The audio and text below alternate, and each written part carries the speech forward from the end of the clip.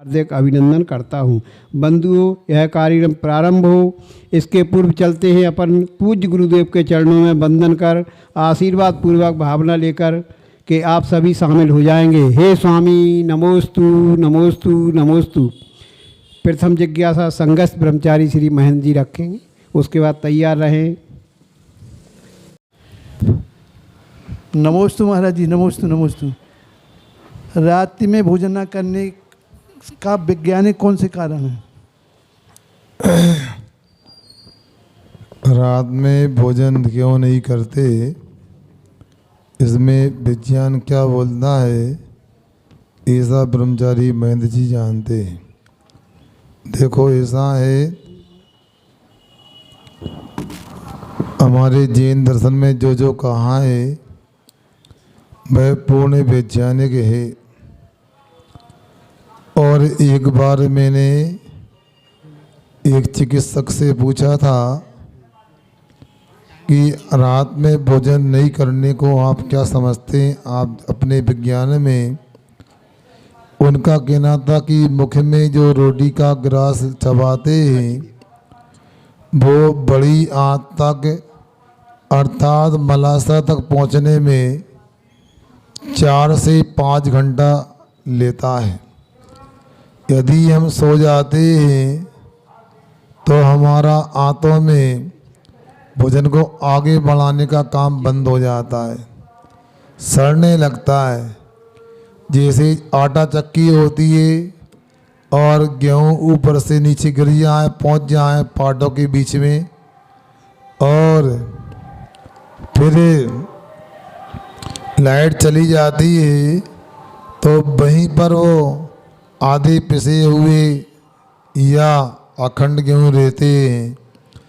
और शरीर में अनेक रासायनिक क्रियाएं होने से अनेक गैसें बनती हैं, अनेक प्रकार के और भी उसके परिणाम होते हैं जो शरीर को अस्वस्थ करने के लिए कारण होते हैं। इसलिए शयन करने के 4 से 5 घंटा पहले प्रत्येक व्यक्ति को भोजन कर लेना चाहिए। और ये बातें हमको बताने की आवश्यकता नहीं, ये तो ढोरों से सीख लेना चाहिए। ढोरा ने पशुओं से सीख लेना चाहिए। वो दिन भर जंगल में वह घास आदि पत्ती आदि सेवन करते हैं और रात में जुगाली करते हैं। उसी प्रकार हमारा कर्तव्य बनता है कि विज्ञान की दृष्टि भी रात में खाना उचित नहीं होता है। दूसरा, विज्ञान भी मानता है सूर्य प्रकाश में अल्ट्रा वायलेट नाम की किरणें होती है जो प्रकृति में आकर के जीवों की उत्पत्ति अल्प मात्रा में होने देती है। इसलिए जीवों की उत्पत्ति नहीं होती तो बनाने खाने में दिन में जीवों की हिंसा भी नहीं होती और स्वास्थ्य का लाभ भी मिलता है। और तीसरी बात, जो किरणें अल्ट्रा वायलेट नाम की हैं वो हमारे भोजन में पाचन के लिए भी सहयोगी होती है। इसलिए रात में खाना कहीं से उचित नहीं है। यदि धार्मिक दृष्टिकोण से विचार करें तो ये पक्का है, रात में भोजन करते हैं तो दिन के भोजन की तुलना में रात की परिणति ज़्यादा होती है। हमारे पुराणकारों ने तो यहाँ तक ले दिया है, रात में भोजन करने में मांस की तरह आसक्ति होती है। मांस में जैसा दोष लगता है वैसा ही लगभग रात में भोजन करने वालों को रात में भोजन का दोष समझना चाहिए। एक क्रिया कोश में पढ़ा था, यदि मान लो रात में भोजन करते हैं और यदि जीव भोजन में गिरजा बनाते में अथवा खाते समय जुआ यदि खाने में आ जाए, जलोदर रोग हो जाता है अर्थात पेट का कैंसर हो जाता है। भैया बढ़ जाओ। हाँ, इसके बाद यदि मक्खी खाने में आ जाए उल्टियाँ होने लगती हैं। यदि मान लो मकड़ी में खा में या अर्पित सुन रहे क्या क्या कह रहे हैं हम, रात में यदि भोजन कर रहे हैं मकड़ी खाने में जाए तो कुष्ठ रोग हो जाता, कोढ़ हो जाता है, चमड़ी में से पस निकलने लगता, पीप निकलने लगती है। यदि बाल खाने में जाए तो आवाज़ निकलना बंद हो जाती, गले में स्वर यंत्र खराब हो जाता है। ऐसी अनेक प्रकार की विसंगतियाँ होती हैं। इसलिए समझदार लोगों को कभी भी रात्रि में भोजन नहीं करना चाहिए, सूर्य प्रकाश में भोजन करना चाहिए। अभी एक पत्रिका नाम के अखबार में कोई लेख आया होगा, कोई भैया उसको बड़ा करके न्यास कॉलोनी में लगा के गए। वो दादाजी और दादी बोल रही हैं कि किसी ने पूछा आपके 100 वर्ष सताई होने का क्या रहस्य है, तो उन्होंने कहा सूर्योदय के पहले उठना और सूर्यास्त के पहले खाना, यही हमारे 100 वर्ष जीने का रहस्य है, इतना ही पर्याप्त है। ब्रह्मचारिणी दिशा दीदी यहाँ पे जिज्ञासा रखें। चरणों में बारंबार नमोस्तु। मेरी जिज्ञासा यह है कि जो 8 प्रकार के मद होते हैं, रूप का मद, जाति का, कुल का, अगर कोई कुरूप व्यक्ति है तो वह क्या रूप का मद कर सकता है, और कोई निर्धन व्यक्ति धन का मद कैसे कर सकता है? देखो, ये 8 प्रकार के जो मद बताए हैं, यथार्थ में मद तो एक ही होता सामान से, जिससे आत्मा का दम निकल जाए वो मद होता है। मा दा मा उल्टा कर दो, आत्मा का दम निकल जाए वो मद होता है। ये जो ज्ञानम पूजम कुलम जाति बलम तपो बपू, ये 8 निमित्तों के माध्यम से इन 8 उपलब्धियों का आश्रय करके 8 प्रकार का मद कहलाता है। हाँ, अब बात ये कि कुरूप व्यक्ति रूप का मत कर सकता, क्या बात है? क्योंकि सब कामदेव तो होते नहीं हैं। तुलनात्मक रूप से देखें, दुनिया में अच्छे अच्छे सुंदर लोग भी पाए जाते हैं तो असुंदर लोग भी पाए जाते हैं। रूप में यदि तारतम्यता होती, कुरूपता में भी तारतम्यता होती है। सुन रहे ना? धन को लेकर देखें, ऊपर देखो तो उस ऊपर वालों का भी अंत नहीं, नीचे वालों को देखो तो उसका भी अंत नहीं। भिखारियों में भी तारतम्यता होती। सुन रहे कि सो गए तुम लोग? भिखारियों में भी तारतम्यता होती है। सुना, मुंबई में किसी भिखारी का नाम आया था, मैं माइक से नहीं बताऊंगा। वो भिखारी क्या था, बड़े बड़े करोड़पतियों को पीछे करने वाला था। देखिए, इसके कई फ्लैट और बंगले हैं और किराए भी लाखों में आता है। कहने को भिखारी है, तो हो सकता है भिखारी को भी धन का मद हो। अरे 54-58 कमाता, मैं लाखों कमाता हूँ, देखो स्टैंडर्ड का भिखारी हूँ। सब में हो सकता है, इसमें निषेध नहीं है। संसार में बस यदि अपने स्वभाव में नहीं है तो वो कोई भी कसाय कर सकता है और कोई भी मद मान कर सकता है। कौन लाख की जिज्ञासा है महाराज जी, जो कायोत्सर्ग करते हैं उसमें नमोकार मंत्र ही पढ़ना चाहिए या कोई भगवान का जाप भी दे सकते हैं? देखो, ऐसा है, कायोत्सर्ग का मतलब तो होता है कायस्य उत्सर्गा, कायोत्सर्गा, शरीर का त्याग करना। अब शरीर का त्याग ऐसा तो नहीं कर सकते, टोपी सिर में लगी तो उठा के फेंक दी, त्याग टोपी का। शर्ट निकाल के फेंक दी, शर्ट का त्याग। काय का त्याग नहीं होता, किंतु काय से ममत्व भाव का त्याग करना कायोत्सर्ग होता है। अब उसमें एक निश्चय समय बता दिया, 27 श्वास में एक कायोत्सर्ग होता है। अब 27 श्वास लेना और छोड़ना, ये कैसे गिनती करें? तो रमोकाल मंत्र का एक माध्यम बना दिया कि एक रमोकाल मंत्र में 3 श्वास होते हैं, 9 बार में 27 श्वास हो जाते हैं। बाकी ममत्व भाव को छोड़ने का नाम कायोत्सर्ग है।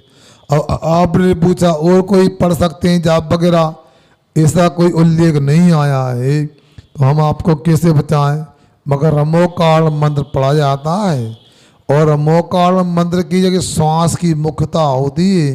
इसलिए रमोकाल मंत्र पढ़ते समय भी यथार्थ पढ़ते नहीं हैं, कायोत्सर्ग में रमोकाल मंत्र उपयोग में रखते हैं। तो श्वासोच्छ्वास के अनुसार उसको बना करके ममत्व भाव का त्याग किया जाता है। मनोज कुमारी चनोटिया चंदेरी से पूछ रहे हैं महाराज जी कि हम 10 एकासन करते हैं व्रतों में, 9 एकासन मतलब 9 साल हमारे पूरे हो गए हैं, लास्ट ईयर नहीं कर पाए, तो इस बार करेंगे तो पूरे 10 हो जाएंगे, इसका उद्यापन कर सकते हैं या दोबारा से 10 करना पड़ेगा? देखो व्रत आदि की बातें तो जो विद्वानों ने व्रत के संदर्भ में कथाएं विधि लिखी है उसे समझना चाहिए, मगर यदि 10 लक्षण पर्व के व्रत लेते हैं तो 10 वर्ष लगातार किए जाते हैं, बीच में छोड़ दिए गए तो वो खंडित तो हो गए, सामर्थ्य तो दोबारा 10 बार कर लो, और नहीं है तो ठीक है और बढ़ा के कर लो 1 साल, ऐसा निषेध नहीं किया जा रहा, मगर जो व्रत की विधि होती है उसको पढ़कर समझ करके ही व्रतों का पालन करना चाहिए। श्रीमती रचना जैन आए, अपनी जिज्ञासा रखें, इसके बाद तैयार रहें। श्री प्रकाश चंद जी जैन। स्वामी महाराज जी कल भैया जी ने प्रश्न किया था, वो आहार मतलब आप आहार देने के लिए, तो वो समझ में नहीं आया था। क्या किया था दोता?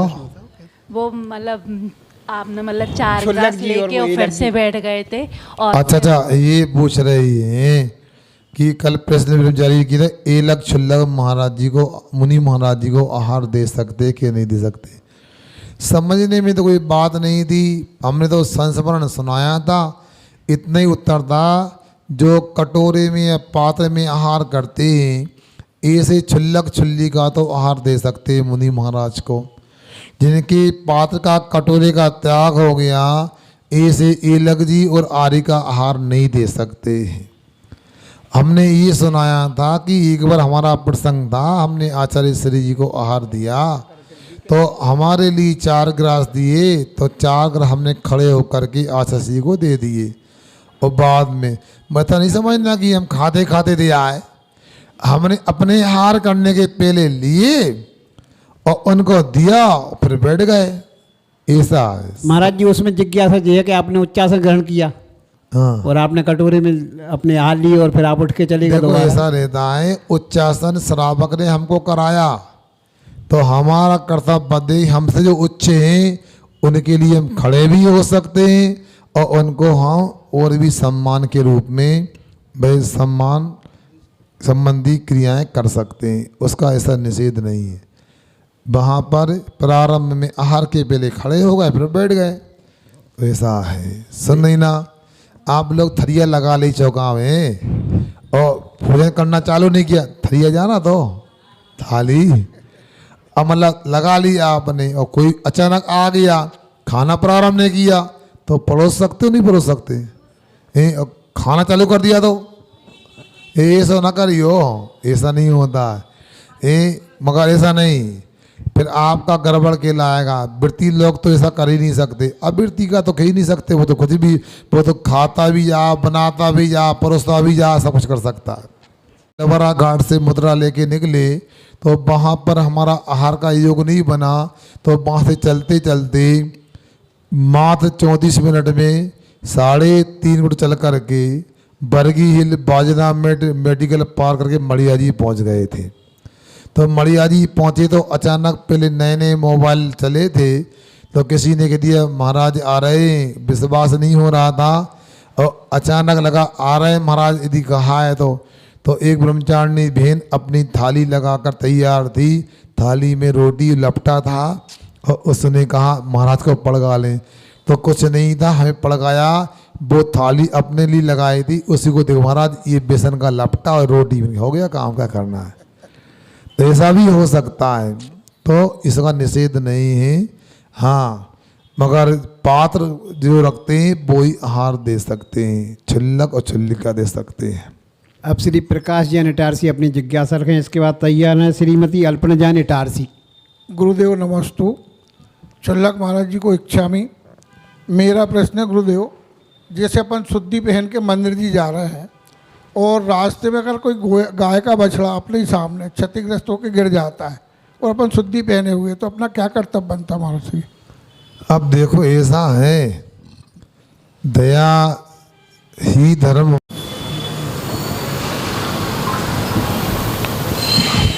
तो फिर क्या बात यह है, जयपुर नगर की घटना है और जयपुर में एक बहुत ज़्यादा ख्याति लब्ध विद्वान हुए पंडित टोडरमल जी।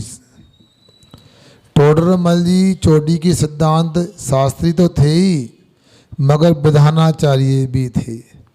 बाकी समाज के लोगों ने अष्टांग का पर्व में पंडित जी को निवेदन किया कि पंडित जी आपके विधानाचार्यत्व में हम अष्टांग का महापर्व में सिद्ध चक्र महामंडल विधान कराना चाहते हैं। क्या कराना चाहते हैं? जोर से बोलो ना। सिद्ध चक्र महामंडल विधान कराना चाहते हैं। अब सुनो, आपके टारसी में तो बाबू पंडित जी हैं, वहाँ नहीं होंगे। तो टोडरमल जी को कहा, अब फिर क्या हुआ, टोडरमल जी प्रतिदिन विधान कराने लगे। घर से आते शुद्धि करके और विधान कराते। अचानक एक दिन क्या हुआ, जब पंडित जी घर से मंदिर आ रहे थे शुद्धि के वस्त्र पहन के, एक वृद्धा माता की टक्कर गाड़ी से हो गई या गाड़ी ने टक्कर मार दी और उनका पैर टूट गया, हड्डी फ्रैक्चर हो गई। पंडित जी ने उसी पोशाक में उस वृद्धा माता को उठाया गोदी में और तत्काल उसको चिकित्सालय ले गए। उसकी मरहम पट्टी आदि कराई उसकी। अब फिर क्या हुआ, अब आप जानते हो कोई काम कराएं, उपचार कराएं तो घंटा 1.5 घंटा तो सामान्य बात है। और फिर हुआ यह कि जब तक पूरे मंदिर में हल्ला गुल्ला होने लगा, क्या हो रहा है, 8 बज गए। पंडित जी ने 6 बजे का समय दिया था। जब नहीं बनता है तो काम नहीं लेना चाहिए। पंडित जी को हमने निवेदन ही तो किया था, पंडित जी मना कर देते, मगर ये तरीका थोड़ी होता, हमारे भी घर गृहस्थी के काम रहते हैं। पंडित जी ने विलम्ब क्यों कर दिया। और इतने में पंडित जी पुनः शुद्धि करके आ गए। जब पंडित जी मंदिर में प्रवेश किया तो लोग तो गुस्सा दिखाने लगे। तो पंडित जी ने सबका रोष गुस्सा सुना। जब लोग शांत हो गए, उन्होंने कहा, सुनो विधान करने वालों, आपका विधान हुआ नहीं हुआ आप जानो, मेरा विधान तो पूरा 8 दिन का आज हो गया। कहते क्या कह रहा है? सुनो सुनो, आज रास्ते में मैं आ रहा था, एक वृद्धा को गाड़ी ने टक्कर मार दी। यदि मैं उसको चिकित्सालय नहीं ले जाता तो वो मर जाती। इसलिए किसी के प्राण बचाना, जीवन बचाना बड़ा विधान होता है। और मंदिर के दर्शन पूजन करना भाई अपना काम होता है। श्रीमती अल्पना जैन इटारसी। नमस्ते गुरुदेव। इच्छा में महर्षि श्री जी जैसे कि गति विचार होती है, आयु विचार, तो मैं गति और आयु में क्या अंतर है कि आयु का बंध होता है या गति का बंध होता है, ये थोड़ा सा स्पष्ट करना। बहुत अच्छा, ध्यान से सुनना। नहीं कल का उनने कुछ कहा था वो समझ में नहीं आया, हाँ सुन लिया करो ध्यान से। तो ये गति और आयु की बात हो रही। प्रायः करके देखते हैं कई लोग आयु को गति बोल देते हैं, गति को आयु बोल देते हैं, जबकि ऐसा नहीं। आपको बताए 8 प्रकार के द्रव्य कर्म होते, ज्ञानावरण आदि। 8 प्रकार के ज्ञानावरण आदि जो कर्म होते हैं उनमें एक आयु कर्म होता है और एक नाम कर्म होता है। समझ रहे हैं आप लोग? मेरे ख्याल से 4थे नंबर पर आयु कर्म, 6वें नंबर पर नाम कर्म आता है? अच्छा 5वें भी आता, ठीक है। 5वें भी आयु होता है, 6वें में, ठीक है। अब सुनो, आयु कर्म किसे कहते हैं?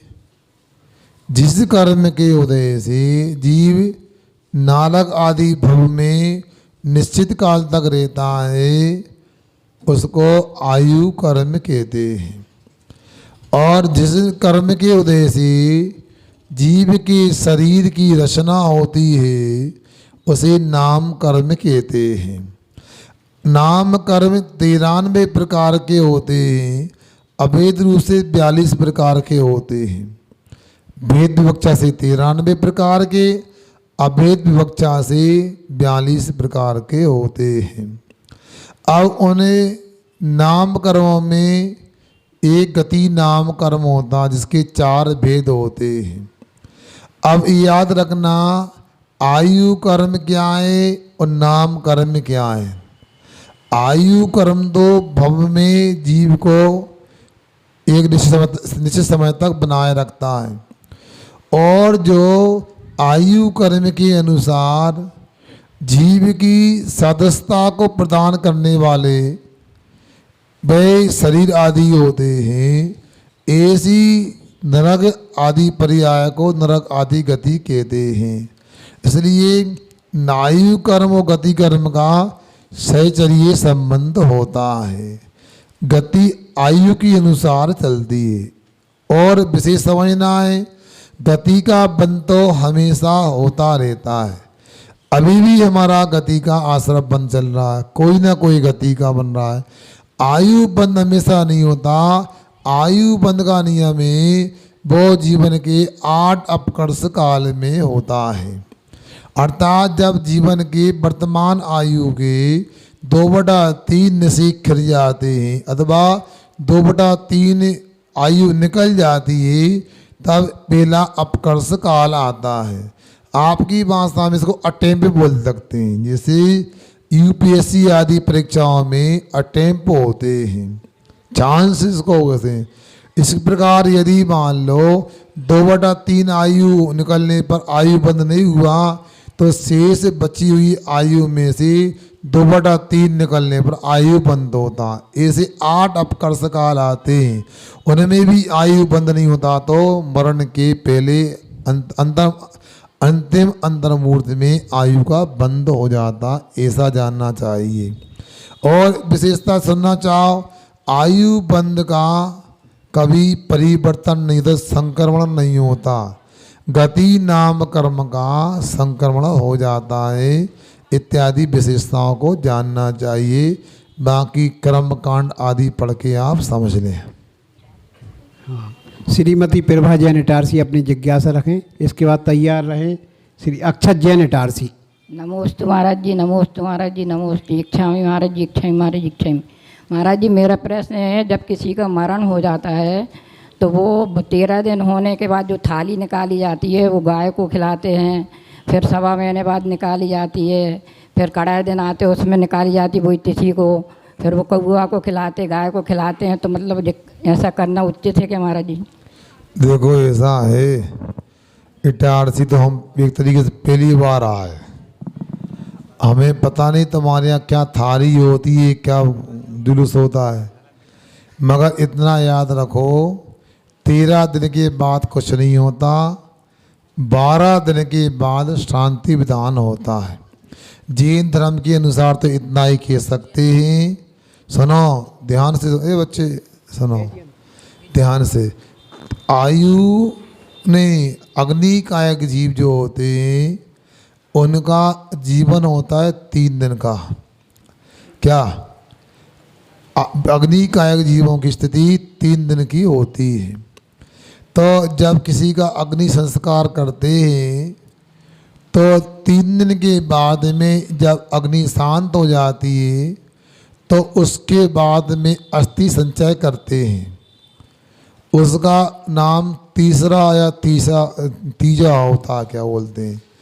और उसमें भी आप याद रखो, अस्थि संग्रह वाले तो कम बैठे हैं यहाँ पर, फिर भी सुनो बता देना, वो अस्थि संग्रह कर लेते हैं और राख का भी संग्रह कर लेते हैं और उस राख को भी गड्ढा खोद के गला देते हैं और अस्थियों को भी भाई गड्ढा खोद के गला दिया जाता मटकी आदि भर करके। मगर ऐसा नहीं करते कि नदी वगैरह में डालते हैं, क्योंकि खार या क्षार होता है, उससे जल जीवों की हिंसा हो सकती है, वो मर सकते हैं। इसलिए कभी भी वह खारी को अस्थियों को पानी आदि में डालना जीवों की रक्षा की दृष्टि से उचित नहीं लगता है।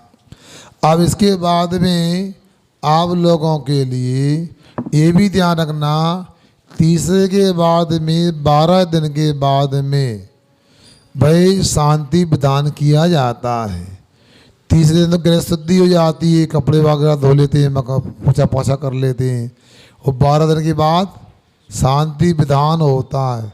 तब जाकर के वो अपने सामान्य क्रियाओं में प्रवृत्ति करता है, पूजन अभिषेक आदि में प्रवृत्ति करता है। मगर 12 दिन के बाद में कुछ भी होता है, वो कहाँ से चला है वो आप जानो, मगर ये समझ में नहीं आता है। ये कौन सी बात है? ये आप लोगों के यहाँ 12 दिन के बाद हंसते बोलते रहते हैं, होली पे रोने लगते हैं, रक्षाबंधन रोने लगते हैं, दिवाली पे हंसते हैं।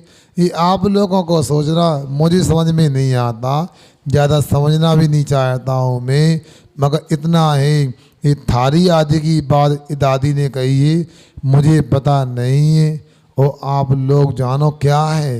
यदि पता लग जाएगा तो बता दूंगा। इतना जरूर लगता है धर्म से इसका कोई संबंध नहीं है, लोक की क्रियाएँ होती हैं, और कुछ बातें ऐसी होती हैं कि देखा देखी चलती रहती हैं। कैसी चलती रहती हैं?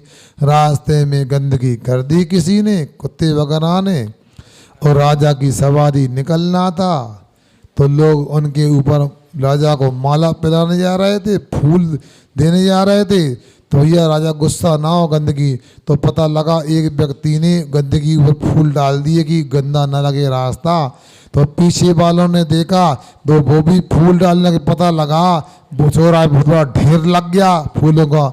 लोगों ने समझा कोई आराध्य देवता है, उनको चढ़ाना है। तो ऐसी रूढ़ियाँ बन जाती हैं जिनको कोई किसी प्रकार से धर्म से संबंध नहीं दिखाई देता है। आप लोग समझदार हो, बार बार कहता हूँ, मैं तो कितने दिन का हूँ, पता नहीं कब बिहार हो जाए। ये न्यास कॉलोनी से लाइन एरिया आ गए, लाइन एरिया और आगे थोड़ा निकल जाओ, यहीं से न्यास कॉलोनी गए थे लाइन एरिया से। इसलिए आप आत्मनिर्भर बनो। महाराज पढ़ाएंगे तो कब तक अपना स्वाध्याय करो, और पाठशाला जो खुली है, पुरुष पाठशाला, महिला पाठशाला, बच्चों की पाठशाला, अपनी अवस्था के अनुसार उन पाठशाला में जा कर के प्रतिदिन स्वाध्याय करो, तभी अपनी दृष्टि में निर्मलता आएगी। इसी का नाम है अपने को विवेक। अब श्री अक्षत जैन इटारसी आएँ और अपनी जिज्ञासा रखें। इसके बाद तैयार हैं विकास पटवा इटारसी। नमोस्तु नमोस्तु नमोस्तु। गुरुवर, मेरी जिज्ञासा यह है, वर्तमान में नवीन मकानों और दुकानों का निर्माण होता है, उसमें वास्तु और ज्योतिषी को महत्व दिया जाता है, तो महाराज जी उसे मानना चाहिए या नहीं मानना चाहिए, समाधान कीजिए। नमोस्तु गुरुवर। हाँ, ये अक्षत भाई बोल रहे हैं मकान दुकान में वास्तु को ज्योतिषी को मानना नहीं चाहिए कि नहीं मानना चाहिए। हमारा धर्म अनेकांतात्मक है, हम निषेध भी नहीं करते, विधान भी नहीं करते, परिस्थिति के अनुसार देखना चाहिए। यदि आप लोग मकान बना लिया, दुकान बन गई, तो अब पूछने की समझदारी नहीं है। अब क्या पूछना? अरे पूछना था तो मकान दुकान बनाने के पहले पूछते, कौन सी दिशा, कौन सा नाप तोल कैसा करना है। अब इसके बाद यदि मान लो दुकान मकान बन गया, तो यदि कोई पूछे तो मैं तो ये कहता हूँ लोगों से, पहले ये बताओ आपने ये मकान कर्ज लेके बनाया था कि नगदी पूंजी से बनाया था। क्योंकि यदि आपने 25 लाख का मकान बनाया, कर्ज लेके ब्याज से पैसा लेकर के आपने मकान बनाया है, और आपने ज़िंदगी में पहले बार मकान बनाया और उसकी किस्त भी मुश्किल से भरेंगे आप, तो फिर मैं कहता हूँ ये मकान अच्छा है, कोई दिक्कत नहीं। यदि मान लो मकान वास्तु विरुद्ध भी है और उससे कहा जाए कि ये मकान ठीक नहीं है, तो वास्तु विरुद्ध का जो परिणाम 25 साल बाद आना था, वो उसके दिमाग में आज से आना प्रारंभ हो जाएगा। क्योंकि वास्तु दोष है, स्वास्थ्य गड़बड़ हो जाएगा, दुकान में घाटा लग जाएगा, उसके मन में आ जाएगा कि भैया सब गड़बड़ होने वाला है। तो गड़बड़ होने वाला, अभी से गड़बड़ होने लगेगा। अभी 2-4 लोग आपसे बोल दें आपको कल से बुखार आने वाला है, सुन रहे, कल से क्या बुखार आने वाला है, तो आज से टेंशन हो जाएगा कल बुखार आने वाला है। इसलिए समझदारों को उचित समय पे अपने को करना चाहिए। ज्योतिषी का भी यही है, एकांत नहीं होता। ये ज्योतिष, ये वास्तु, ये तो बहिरंग निमित्त होते हैं। अंतरंग निमित्त तो अपना कर्म ही होता है, पुण्य पाप कर्म होता है। यदि तीव्र पुण्य कर्म का उदय होता है तो ना वास्तु काम करता, ना ज्योतिषी काम करता है। और यदि मान लो कितना भी वास्तु ज्योतिषी से पूछ करके काम करो और तीव्र पाप कर्म का उदय होता है तो आपको पता है जिंदगी भर वनवास में रहना पड़ा। 14 वर्ष वनवास में रहे, बाद में पुनः वनवास हो गया, फिर इसके आर्या बन के वनवास में रहे तो पूरा जीवन निकल गया। सुनते 36 गुण पूरे मिले थे उनके, बताओ क्या, राम और सीता जी के पूरे गुण मिले थे। इसलिए अपने कर्म को भी ध्यान रखो। आप लोगों से मैं तो ये कहता हूँ, आप लोग वास्तु ज्योतिषी पर ज़्यादा ध्यान देते हो। अरे मैं कहता हूँ सबसे पहले सुबह तैयार होकर स्नान के बाद 3 लोक के नाथ भगवान का अभिषेक करो, पारसनाथ की शांति धारा करो और ये कम से कम एक पूजन करो। काय का वास्तु का जब सब ठीक हो जाएगा अपने आप। पहुँच गई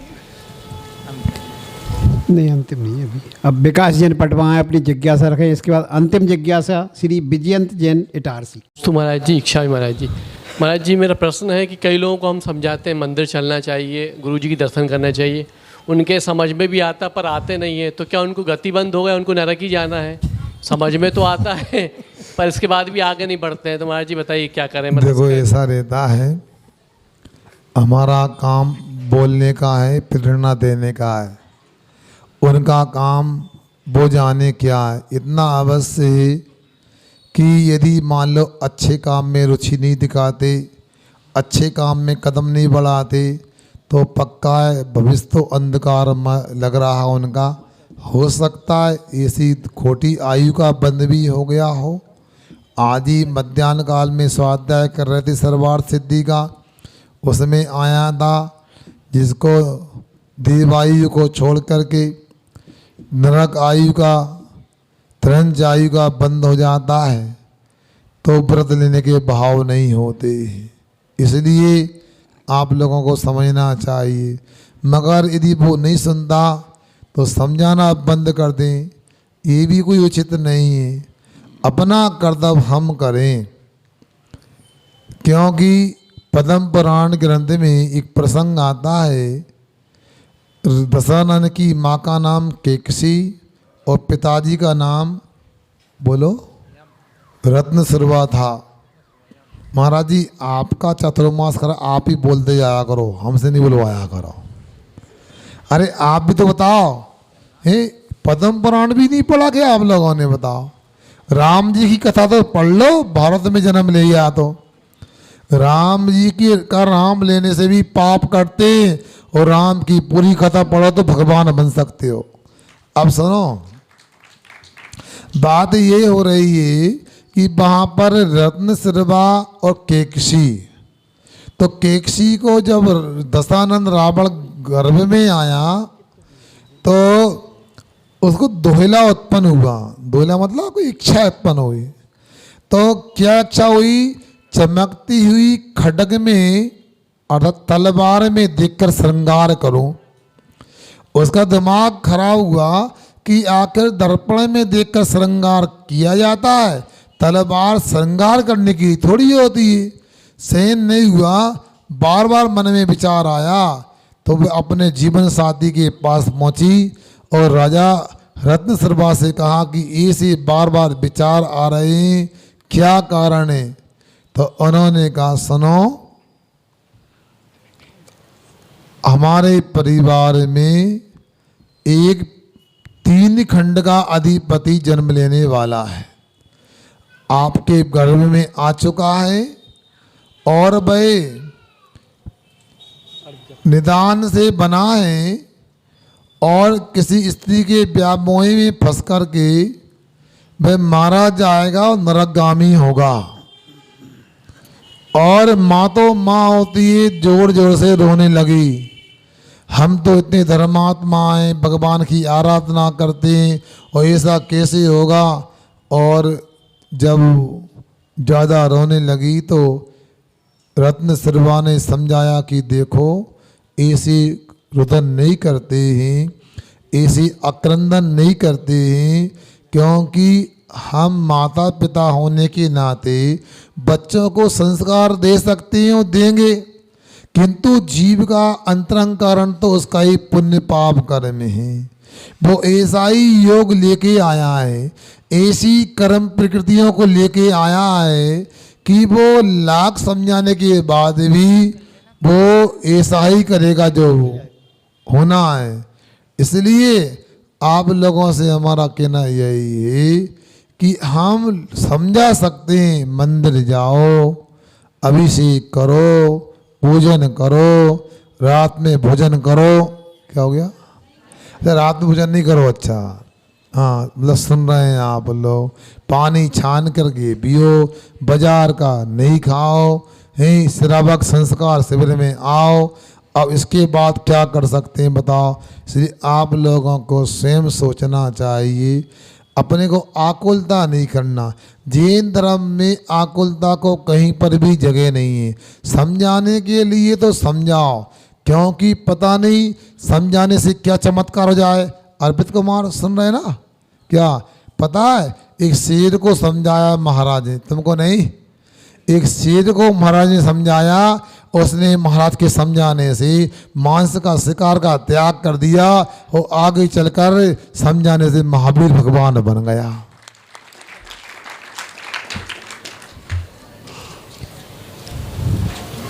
हाँ, क्या हुआ? श्री विजय जैन आए और अपनी जिज्ञासा रखें। बेटा को बोला माँ आ गई, कोई बात नहीं। नमस्ते महाराज जी, इच्छामी महाराज। महाराज जी, मेरा प्रश्न सैद्धांतिक नहीं है, सिर्फ समाज की व्यवस्थाओं को लेकर है। जब किसी स्त्री की डिलीवरी वगैरह होती है तो उस समय सम्मिलित परिवार होते थे और पूरे परिवार को सूतक लग जाता था, पूरे कुल को ही लग जाता है एक तरह से।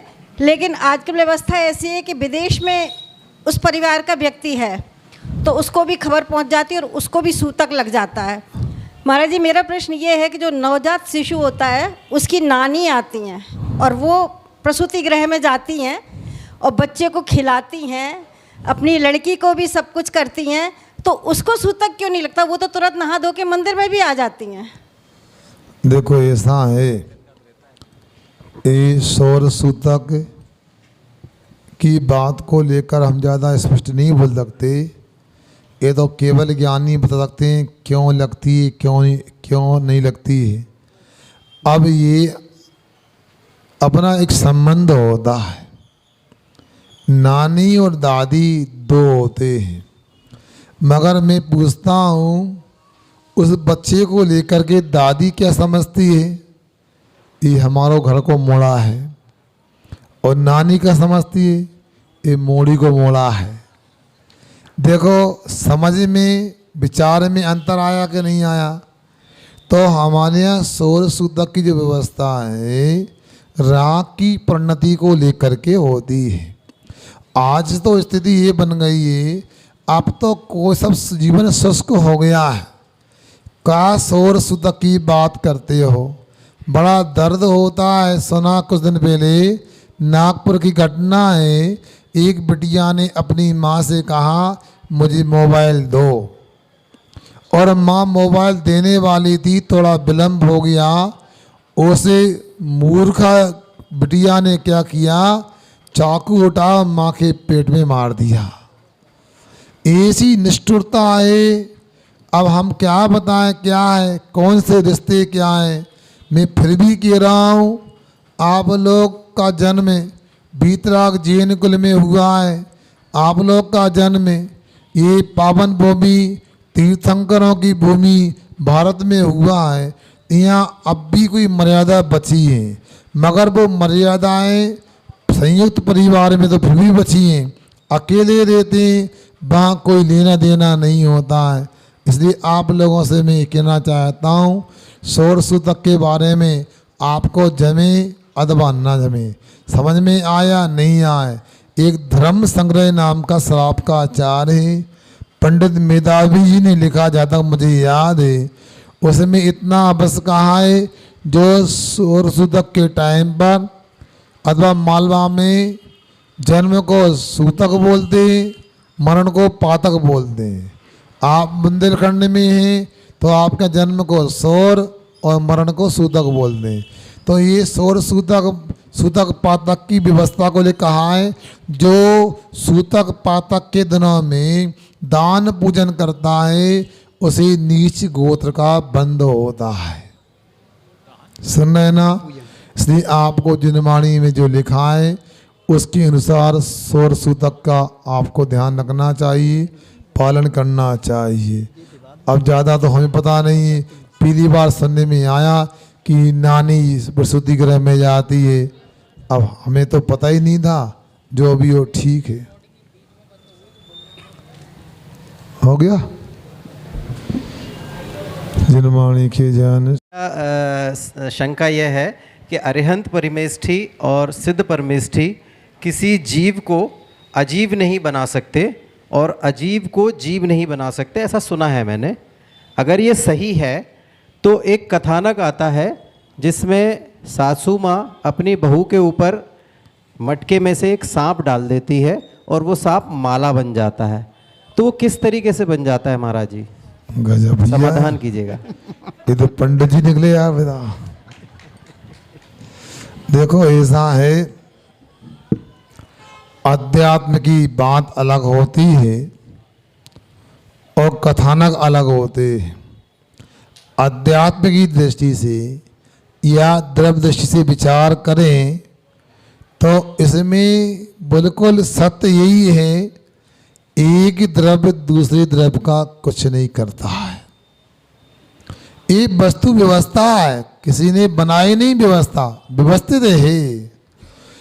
एक द्रव्य का एक गुण है, दूसरे गुण रूप नहीं होता। दूसरा गुण प्रथम द्रव्य के गुण रूप नहीं होता। ये वस्तु व्यवस्था है।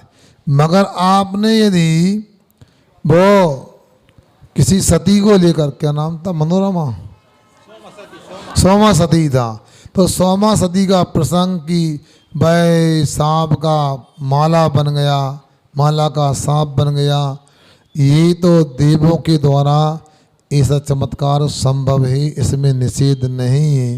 यदि अच्छे से भक्ति करते हैं तो देवता लोग भी अपनी भक्ति के अनुसार अपना अतिशय चमत्कार दिखाते हैं, दिखा सकते हैं। इसलिए आप लोगों को उसमें कोई आश्चर्य नहीं होना चाहिए। बहुत सारे प्रसंग धन्य कुमार को लेकर भी आता है, उसके लिए वह स्वर्ण मुद्राएँ दी और स्वर्ण मुद्राएँ अंगार बन गई और अंगार को लौटाया तो पुनः स्वर्ण मुद्राएँ बन गई। ये सब पुण्य पाप के अनुसार परिणाम होता है। ये देवों की ऐसी व्यवस्था अतिशय करने की प्रक्रिया आदि से संभव है, निषेध नहीं कर सकते हैं। मगर अपने को अनेक अनुयोग के अनुसार प्रसंगों को समझना चाहिए। वस्तु व्यवस्था जो है, द्रव्य की जो व्यवस्था है वो अलग है और प्रक्रिया से अतिशय के रूप में व्यवस्थाएं होना अलग बात है। ये आपको ध्यान रखना चाहिए। अब आप लोगों को ये पता है पंडाल क्यों लगा है? सुन रहे ना? एक भैया बोल रहा था, वो देख कहाँ गया, कि महाराज जी पंडाल तो अच्छा लग गया, बस टेबल लगने की आवश्यकता है, पूजन की नहीं, रिसेप्शन की। तो ये रिसेप्शन की बात नहीं, ये बात इतनी सी है, यहाँ तीन लोग के नाथ में जिनेंद्र भगवान की पूजन अर्चना होना है, बल्कि महाअर्चना 10 दिन की होना है। पंच कल्याणक तो 5 दिन के होते हैं और हमारे पर्व 10 दिन के आ रहे हैं। तो ये भी कह सकते हैं अपने रिश्तेदारों से हमारे यहाँ 19 तारीख से एक नहीं 2 पंच कल्याणक होने